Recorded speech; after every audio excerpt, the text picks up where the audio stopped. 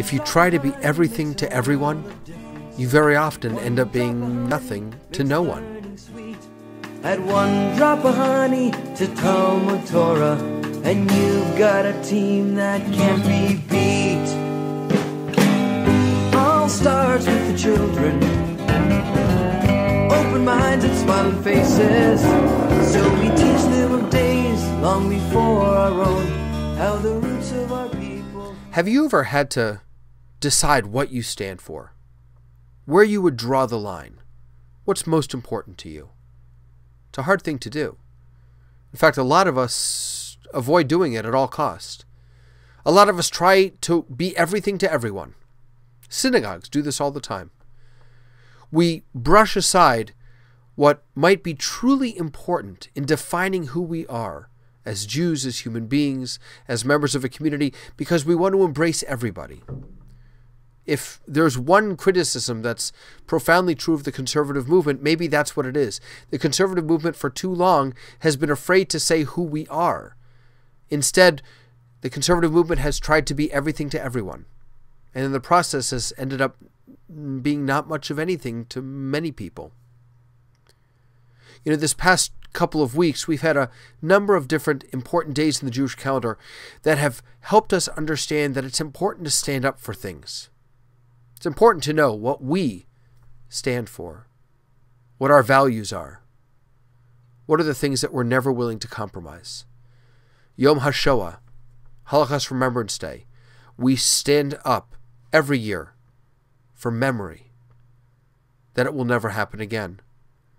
Yom HaZikaron, we stand up every year on Israel's Remembrance Day to remember those who fought bravely, and to remember that Israel defends itself, has the right to defend itself, and always does so with an eye toward compassion and humanity.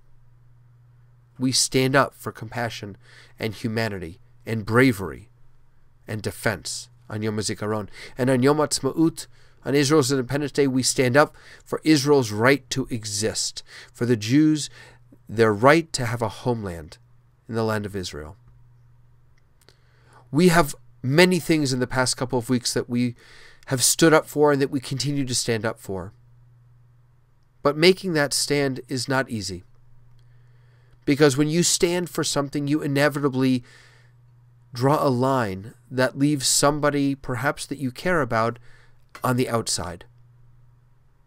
As difficult as it is to acknowledge that we are different than other people, as difficult as it is to acknowledge that my values may not be your values, as difficult as it is for a synagogue or a movement or a community or a rabbi to say, I may not be able to meet your needs because we have different values.